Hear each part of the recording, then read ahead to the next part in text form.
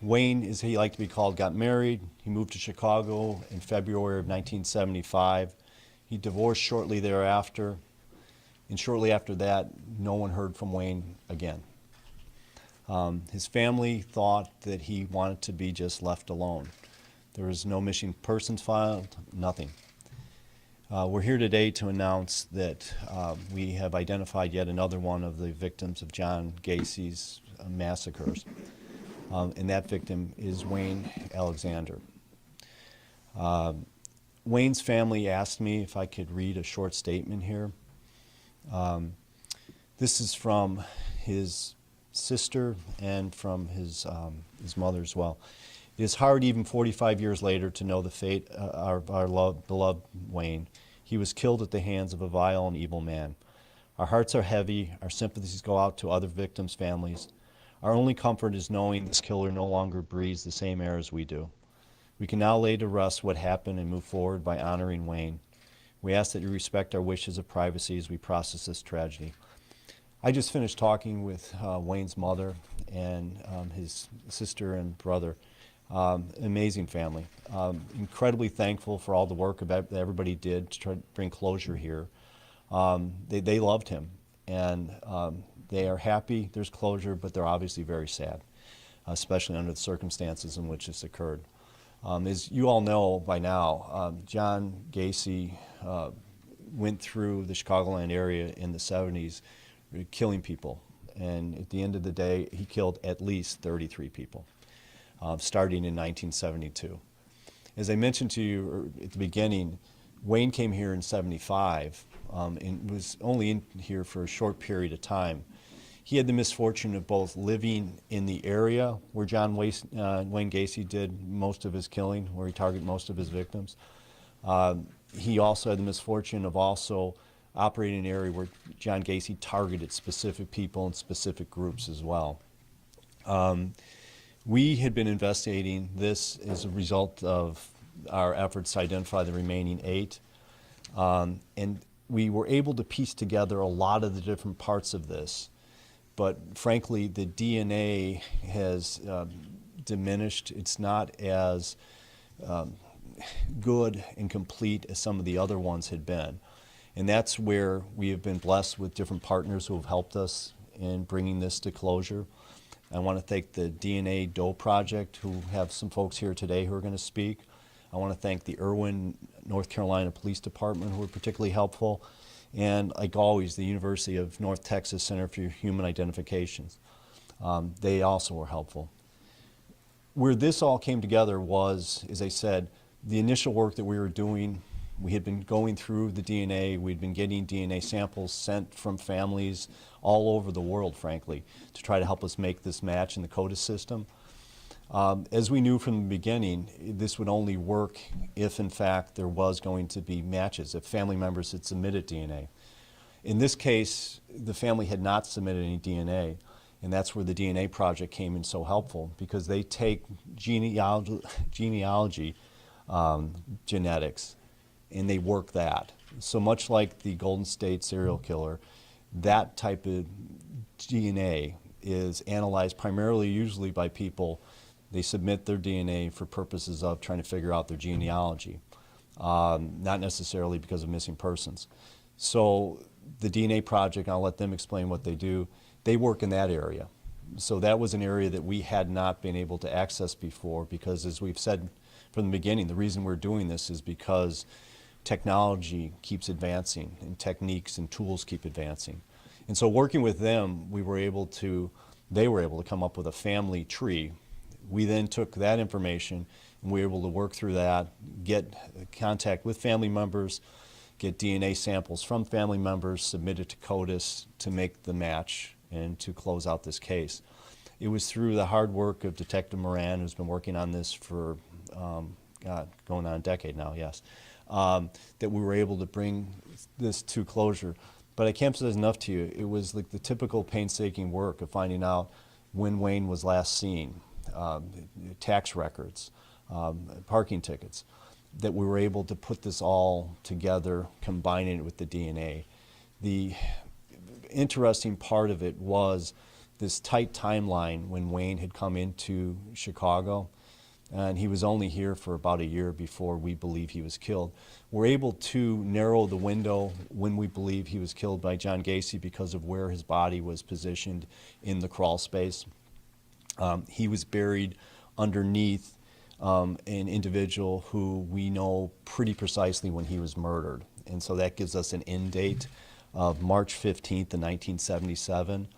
And then we have parking tickets that go from January of 1976. So it was in that window sometime that Wayne was targeted by John Gacy and subsequently killed. And so we've been able to narrow that down. As I mentioned, we have 5 remaining victims. We are going to continue pressing ahead with that. We're going to utilize all these different tools that we have utilized on this. We're also going to be utilizing these tools for some of the missing women that we've been attempting to locate in a separate operation in our office as well. As the advances continue to go on, we will continue to utilize those for all of these different cases we have. So I'm ecstatic we were able to bring out some closure. It's heartbreaking talking to the family. This is the first time we actually had a parent that was still alive from one of the cases, and it was very difficult talking to her. Very, very sweet, sweet lady. But I can't emphasize enough to you, every single one of the families that I've talked to in regards to this, the 3 other families, have said the same thing. They desired all their life for closure. They finally got it, and they're just thankful for everybody involved. So at this point, I want to bring up some folks from the DNA project that were going to talk to us as well.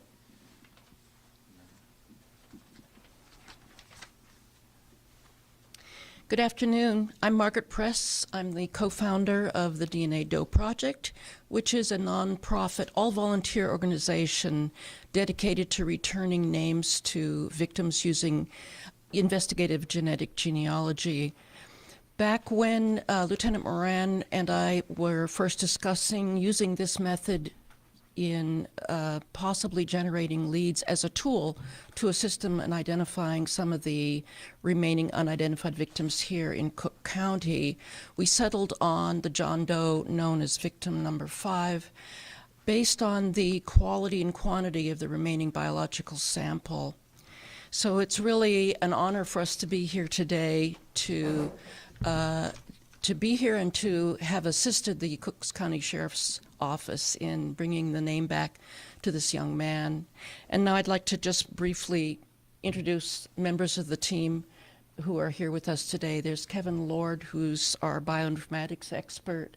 There's Jennifer Randolph, who's our case manager. Then we have our co-lead here, Harmony Volmer. We have Rhonda Kevorkian on the team, and then Karen Binder, who's also a co-team leader, and who's going to explain to you now how that identification was made. Thank you very much. Karen. Good afternoon. Thank you all so much for having us. Francis Wayne Alexander was also known as Gacy victim number 5. He was born in 1955 in North Carolina. It should be known that it really takes a village to solve a case like this. Obviously, there was a lot of work done by the Cook County Sheriff's Department prior to us coming in, and we were very pleased to provide an additional tool for them. Before we get the case for the genetic genealogy, there's a lab process that the DNA goes through. First, extraction, which was performed by Estrella Forensics in California.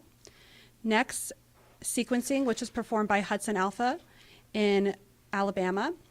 Finally, bioinformatics was performed by Kevin Lord of Sabre Investigations. And then we at DNA Doe Project performed the genealogy process. Given the age of this case, the quality of the DNA extract obtained was excellent. A high-quality DNA sample with little bacterial contamination was obtained from the victim's molar tooth.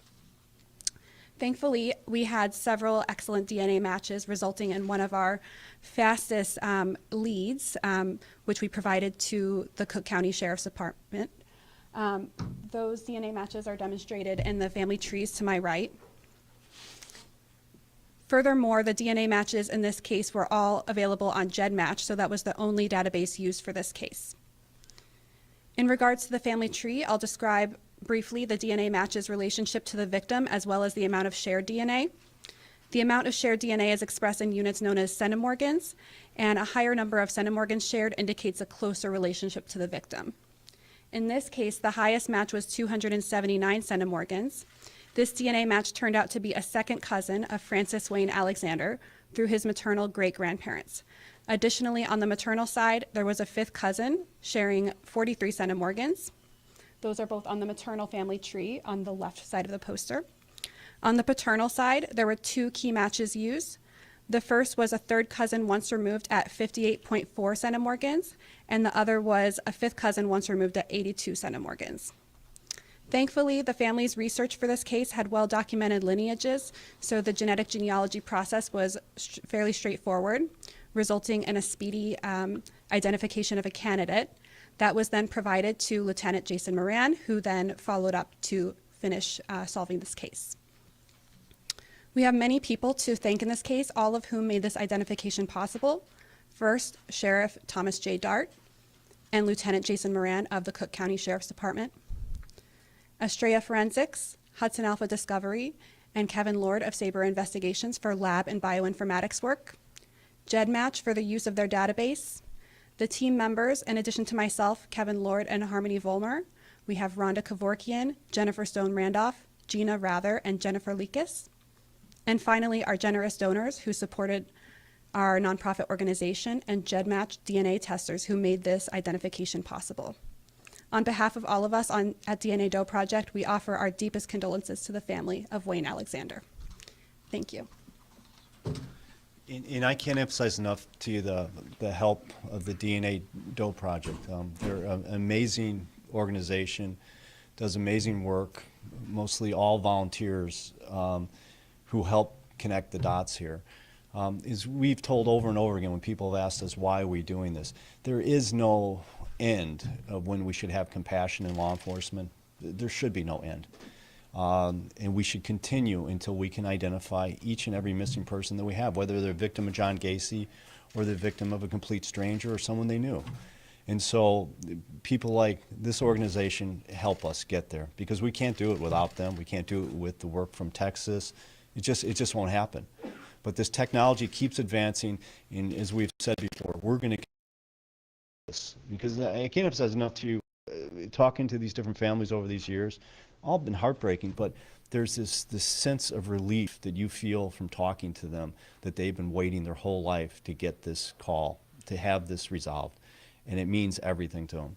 And talking to his mom today, she was just so taken by the thoughtfulness, frankly, of all of Cook County, that back decades and decades and decades ago, her son, who she loved so much, was treated with such dignity.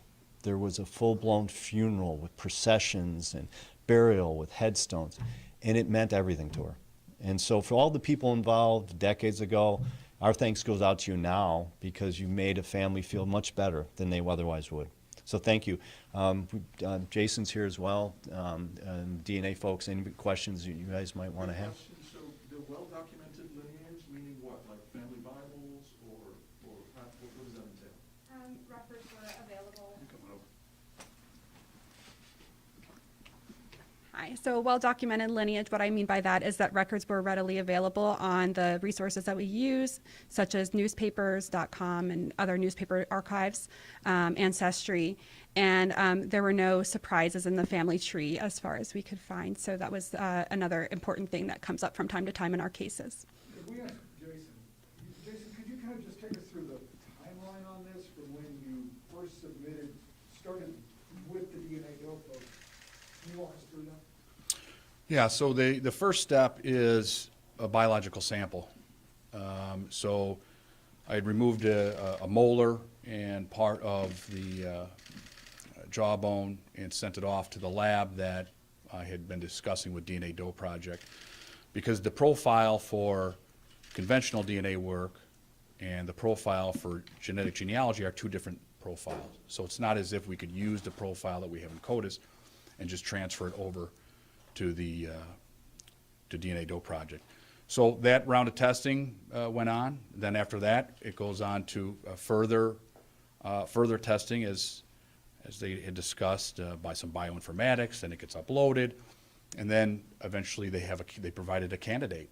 And what was roughly the timing on that? About 8 months When did you submit the DNA? in 2020. Can you tell us a little bit about, what else have you learned about Mr. Alexander at his time in the Chicago area? Was he working somewhere? How long did he live here? Where was he living?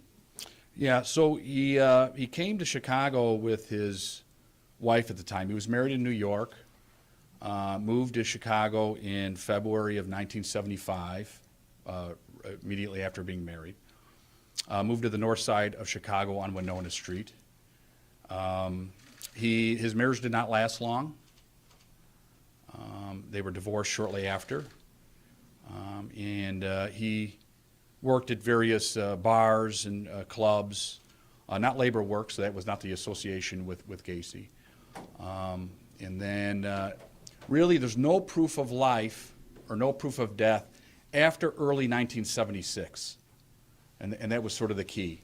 And then we knew, as the sheriff had said, the end date would be March 15th, 1977, because the victim that was buried on top of him in Gacy's crawl space, that was when he was last seen alive. And then one other thing too, I just want to reference, because Jason and I were talking about it.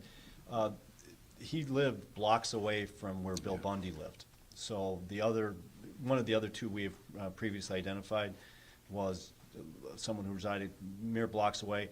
Numerous other victims were in the general area too. So by and large, he lived somewhat in the area where Gacy was targeting most of his victims. Have you come across this gentleman before in your investigation? Has his name ever popped up before this time? No, not at all. So he was never reported missing by the family. So looking at old records, offline records, to see if there was a missing persons report, or to see if he was ran by police after Gacy's killing spree. None of that, arrests, none of that occurred. When we reopened the case, we were not contacted by anybody, any family or friends. So that's why the genetic genealogy was very important here, because we would not have known of him. What did the family believe may have happened to him? Was there any family lore, or did they ever wonder whether Gacy may have been in the picture? Well, I mean, there was never any thought that Gacy somehow was involved in the fact that Wayne was no longer around and no one had heard from him. There was a family that loved him, but he had made decisions in his life that led them to believe that he just wanted to be left alone. That they really, I mean, it's a very loving family. As I said, Jason went and met with them in North Carolina just a couple days ago. I talked to them earlier today as well. They loved him, but they thought that he wanted nothing more to do with them, and so that's why there was never a missing persons filed, which would have helped trigger some things. But trust me, many of these other victims of Gacy's had missing persons on them, and that didn't help us too much either. So there was no specific direct connection that we've been able to connect with Gacy, other than the fact that his location where he was living was right where John Gacy was targeting people, and there's some indications in some of his lifestyle that he may have been attracted to some of the areas where John Gacy was also attacking people. Was the wife or ex-wife ever contacted with regards to, I mean, just, it's always been one of the things with the case, trying to understand why people wouldn't have reported people missing back then. Yes, I spoke with his ex-wife, but they were already divorced, and they were separated. She had moved back to where she was from, and then he remained here. Mm-hmm. Jason, you talk about the time from the match availability to solving this was less than 8 hours after all of that previous investigative work. Talk to us about that moment when you got the aha and what that 8 hours was like. Well, it wasn't the 8 hours for me. It was the 8 hours for the genealogist. From the time they uploaded it into GEDmatch and started searching through the results, that it took them about 8 hours to learn about the Alexander family and to suggest that Francis Wayne Alexander was a candidate for victim number 5. Then they go through a reporting process, and then they send it back to us. And then once they send it back to us, though, the one thing Jason has, once they send it back to us, then we have a whole process to go, because Jason and the folks in the DNA Doe Project can attest to much better than me. It's really almost like you're talking in completely different languages when you're talking from CODIS, which is what you need to actually legally close out a case and make that connection legally. It's different language than the genetic side of it. So when the genetic side gave us now a potential person who we never had on a radar screen, that all of a sudden opened up our ability to then start doing the things that we'd been doing on all of the other cases. So without the DNA Doe Project, we had nobody. We had no target zone. They gave us that, and then it was the traditional stuff. Was he in the area? Do we have records of him in the area? All that stuff. But then Jason was able to get DNA samples from the family members then that takes it up to that next level that is then understood by people in the profession that legally now we can make this determination. So when you get that. Confirmatory samples. Right, so when you get that, just to sort of, I guess, put the needle in a haystack kind of analogy here, you finally actually have a haystack to look at, I guess. Yeah. Is what it is. Exactly. And then you guys start with the needle in that. Absolutely, absolutely. So our thought was all along by announcing this 10 years ago, once again, when technology had not advanced nearly where it is now, we'd get people bringing their DNA to us so that we can try to make that connection in CODIS. And that's what happened in 2 of the cases. But then we're limited completely by who sent us things. What the DNA Doe Project does is that it takes us over to here now.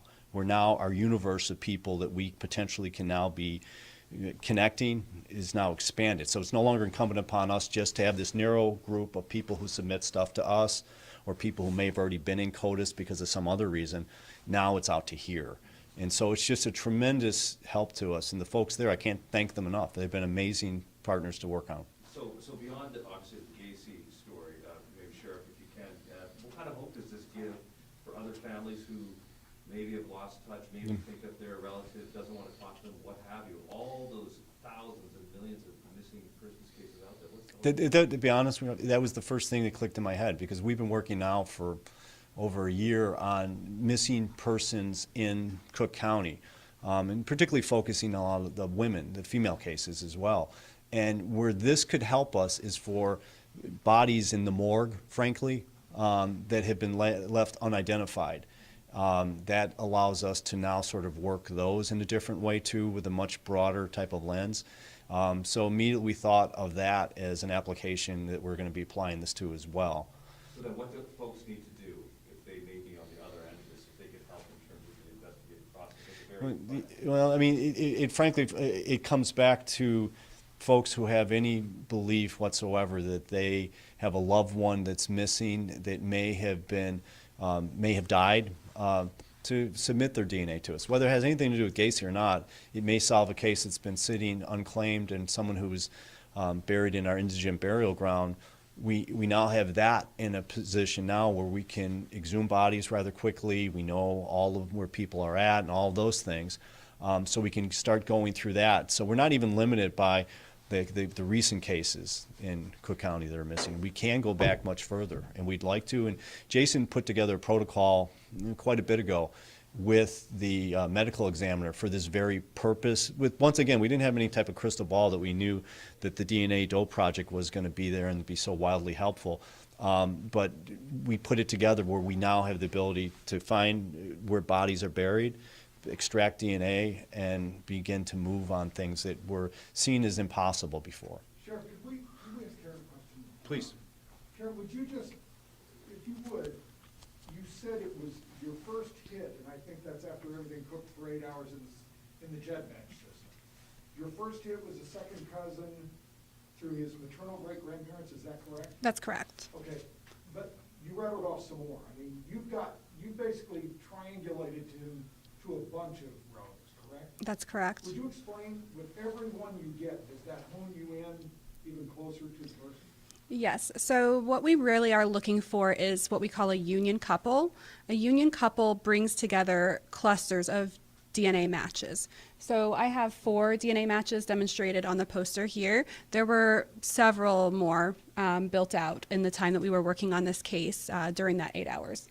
So what we're looking for is common ancestors between the DNA matches. When we find those common ancestors, then we know that the John Doe or Jane Doe that we're looking at is likely also descended from the same common ancestor.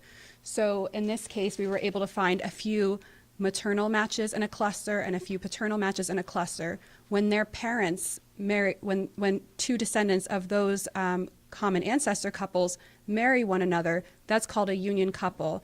And it's very unlikely that anybody else besides the John or Jane Doe that we're looking at could be descended from that couple. So then is it a matter, once you get that level of specificity, is that when you go to the family and say, do you have somebody that's been missing for a long time? How does that work?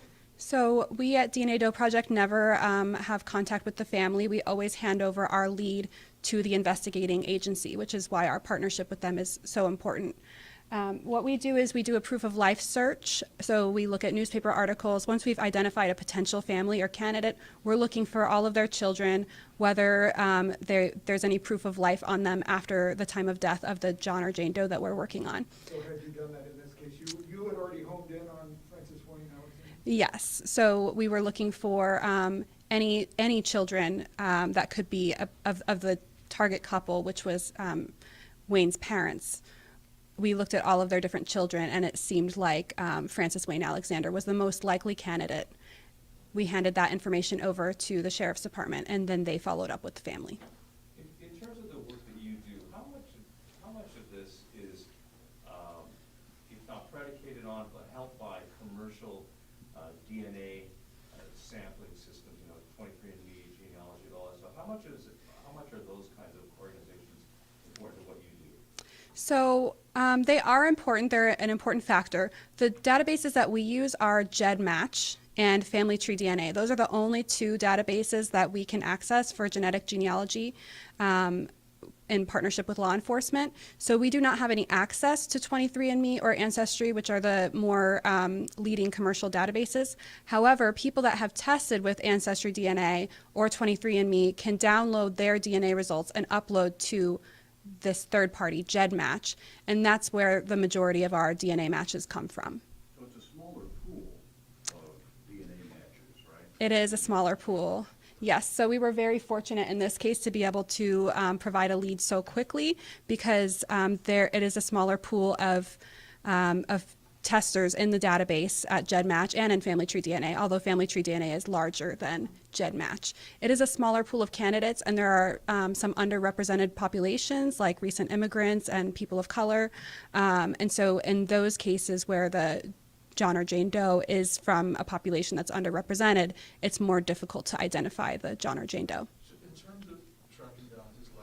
Alexander's last known address, was it as old-fashioned as digging up phone books from 1976?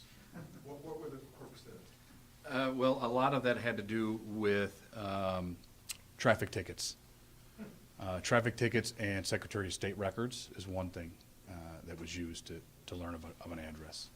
So for lack of a quarter. Yeah, right, exactly.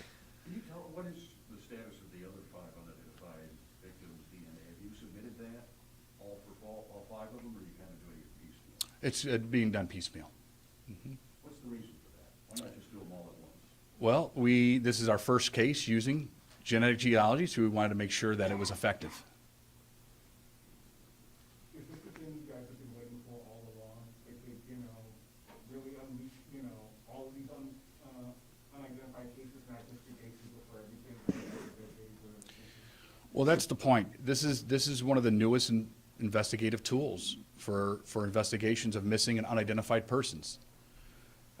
We use, human identification is typically done to scientific standards like fingerprints, dental DNA. It's also done by circumstance, learning about the unidentified deceased, learning about the missing. So we've been using those. Those are the conventional methods. This is the new one, and we decided to use it, and it was successful. Now that you've had success with this, are you anticipating doing all 5 right away, or is that just too much of a burden for the investigation? Well, we're going to start right away.